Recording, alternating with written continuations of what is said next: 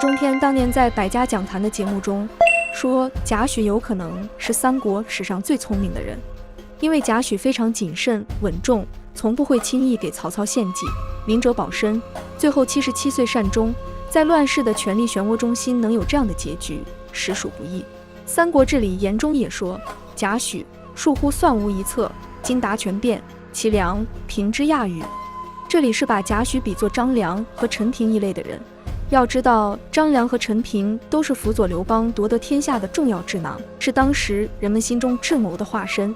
那么，在那个英雄辈出、谋士如云的时代，贾诩到底有多聪明？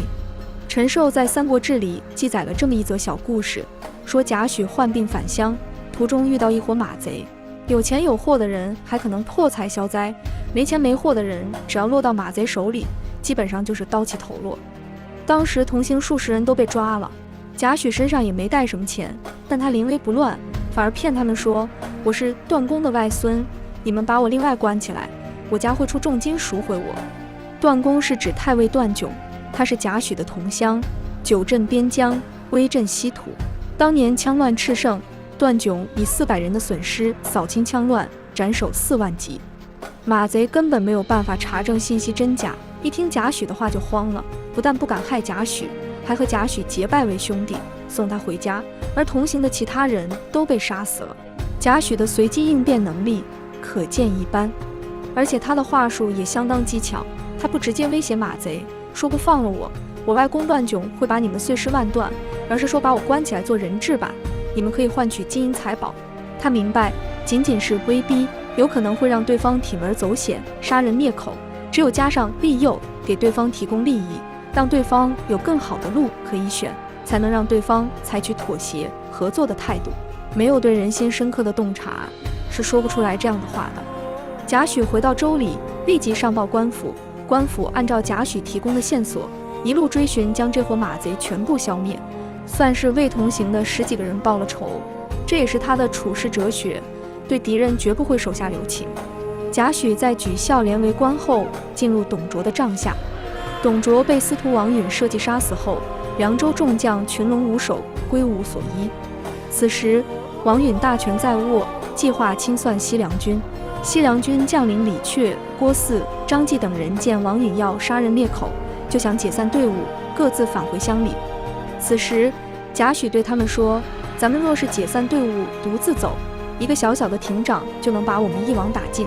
现在趁着人心惶惶，我们不如打着为董公报仇的旗号，一路收服那些散兵游勇，打回长安，诛杀王允，或许我们还有活命的可能。其他人顿时被这话打动了，与其坐以待毙，不如拼死一搏。于是他们一路收复凉州兵，一边日夜行军奔袭长安。等到了长安城下，已聚起了10余万众，守将吕布寡不敌众，干脆的跑路了，王允则身死殉国。然而李榷、郭汜等人比董卓还残暴，他们纵兵掳掠，造成了利民万余人的伤亡，尸体堆满街道，朝廷的重要大臣悉数被杀。这一场腥风血雨一下子就把东汉中枢的力量一扫而光。李榷、郭汜后来又起内讧，互相攻杀，殃及百姓，关中地区成为人间地狱。而这一切都要拜贾诩所赐。可能贾诩心有愧疚，为了平息这场灾难，他使用离间计，将打算投靠李榷的数千名羌胡劝走，削弱李榷的实力。因此《三国志·贾诩传》中公正地提到，右护大臣，许有利焉。随后贾诩协助汉献帝离开长安。如果抛开道德的谴责，仅从个人利益角度出发，贾诩给李榷、郭汜等人的建议是对的。他不但保住了凉州军的生存，还让他们再次把持朝政，他自己也一战成名，成为闻名天下的谋士。协助汉献帝离开长安以后，贾诩便辞去官职，辗转来到同乡张绣军中。张绣对贾诩言听计从，甚是崇拜，因为张绣就是前面提到过的西凉军将领张济的侄子。张济死后，张绣全盘接收了他的地盘和人马，才成为了一方军阀。如果没有当初贾诩劝张济打回长安，张济即使不被王允所杀，也会成为一介无权无势的平民，就没有张绣的什么事了。所以贾诩是张绣的大恩人。此时曹操已经将汉献帝接到许县许都，挟天子以令诸侯。曹操和张绣都盘踞在河南卧榻之侧，岂容他人酣睡？张绣成为曹操的眼中钉肉中刺。建安2年197年正月，曹操讨伐张绣，张绣很识时务，知道打不过，便干脆主动投降，还向曹操交出了宛城的指挥权。但根据《三国志》的说法，曹操有喜欢有妇之夫的癖好，他抢占了张绣叔叔张继的寡嫂。于是曹操激怒了张绣，张绣决定跟曹操决一死战。贾诩给张绣提出智取曹操的计谋，他假装投降，让曹操把大军屯于大道上，把自己的军队驻扎在高坡之上。然后张绣向曹操建议，说自己的运输车辆太少，应该让他的士兵把车子上的东西尽量带在身上，这样就可以减轻车的重量和数量。曹操没有多想就答应了，可能在他眼里张绣就是一介武夫，没什么好担心的。结果张绣一声令下，全副武装的张绣军居高临下向曹军阵营冲杀，曹军没有丝毫戒备，被杀得措手不及。曹操也惊慌失措，只好夺命而逃。此战曹操虽然逃出升天，但损失极为惨重，大儿子曹昂、侄子曹安民以及心腹大将典韦都战死。曹操肯定要报复，然而因为袁绍在背后突袭许都，劫持天子，所以曹操不得已退兵。张绣看到曹操退兵，想要追击，被贾诩劝阻，追则必败。张绣不听，果然战败。当张绣引败兵回来的时候，贾诩却告诉他现在可以追击，追击必胜。结果张绣果然战胜了曹操。张绣百思不得其解，请教贾诩，刚才我们以精兵追退军，先生说必败，现在以败兵追胜军，先生又说必胜，这其中的玄机实在想不通。贾诩说，曹操撤退必定亲自断后，所以将军必败。然而曹操攻打穰城，既无失策又未尽力，不战而退必是后方出了问题，打退追兵后也必定放心赶路，留在后面的人不是将军的对手，所以必胜。要知道贾诩没有上帝视角，他不知道曹操退兵是因为后院起火，纯粹是通过敌人的行动来逻辑推导出结论的。官渡之战爆发前夕，袁绍和曹操都派出人员前去拉拢张绣。按照常理，袁绍的实力远远超过曹操，胜算的几率更大，自己理应跟随袁绍。何况张绣和曹操还有仇。但是贾诩却反其道而行之，劝张绣拒绝袁绍，选择曹操。为了断绝张绣的后路，贾诩还果断地当着袁绍来使的面撕碎袁绍的来书。张绣目瞪口呆，贾诩为他分析：其一，袁绍人多势众，曹操兵微将寡，自己这点人马在袁绍那微不足道，在曹操那就是雪中送炭，必被看重。其二，曹操有王霸之志，不会计较前嫌，反倒会拿自己作为榜样，向天下人表示他的宽宏大度，以德服人。其三，曹操奉天子以令不臣，占据政治合法性，投靠他名正言顺。尽管张绣对投靠曹操心存恐惧，但还是听从了贾诩的话。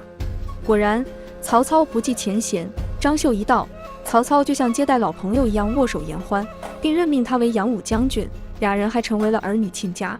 曾经的仇恨也只字不提，仿佛从来就没有发生过。张绣成为曹操麾下一员勇武的战将，贾诩也跟着成为曹操身边的一个重要谋臣。官渡之战拉开帷幕，很快曹军军粮将尽，暴露出曹操综合实力不如袁绍的缺点。曹操便问计于贾诩，贾诩说：功名胜绍，勇胜绍，用人胜绍，决击胜绍，有此4胜而半年不定者，但故万全故也。必决其机，须臾可定也。为曹操打了一剂强心针。果然，后来袁绍阵营的许攸投曹献计，曹操突袭，袁绍乌巢粮仓，致使袁绍溃败。曹操战胜后封贾诩为太中大夫。赤壁之战前，贾诩认为应安抚百姓而不应劳师动众讨江东，曹操不听，结果受到严重的挫败。曹丕称帝后，问贾诩是应该先征服蜀国，还是先征服吴国。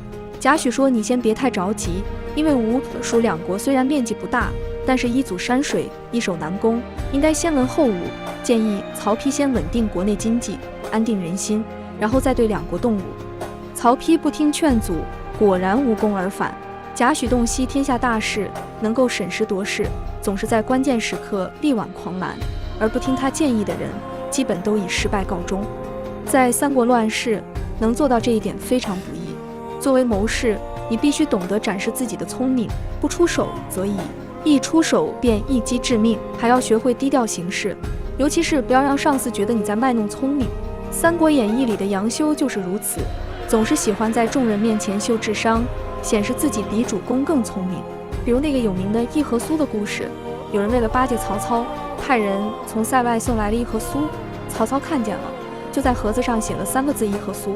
结果杨修看到后，就直接拿上餐具分给大臣们，吃完还振振有词，说上面写的是一人一口酥。相比之下，贾诩只在曹操遇到关键问题上发声，提出行之有效的计谋，帮助曹操解决实际问题。例如曹操在西征韩遂马超时，写信问计于贾诩，贾诩见义离间、韩马2人，曹操依计施行，果然事半功倍。贾诩从来不在议和苏这种事情上显摆自己的聪明，因为这种行为除了会引起主公的厌恶，不会有任何的实际意义。除了不抖机灵，贾诩还和门自守，退无私交，男女嫁娶，不结高门，让曹操根本没有任何猜疑的地方。什么话该说，什么话不该说，贾诩心如明镜；什么事情该做，什么事情不该做，贾诩心知肚明。所以他才能在残酷的夹缝中生存下来。早年间，他随机应变，多次逢凶化吉，后期又能急流勇退，明哲保身。所以陈寿说：“天下之论，治计者归之。”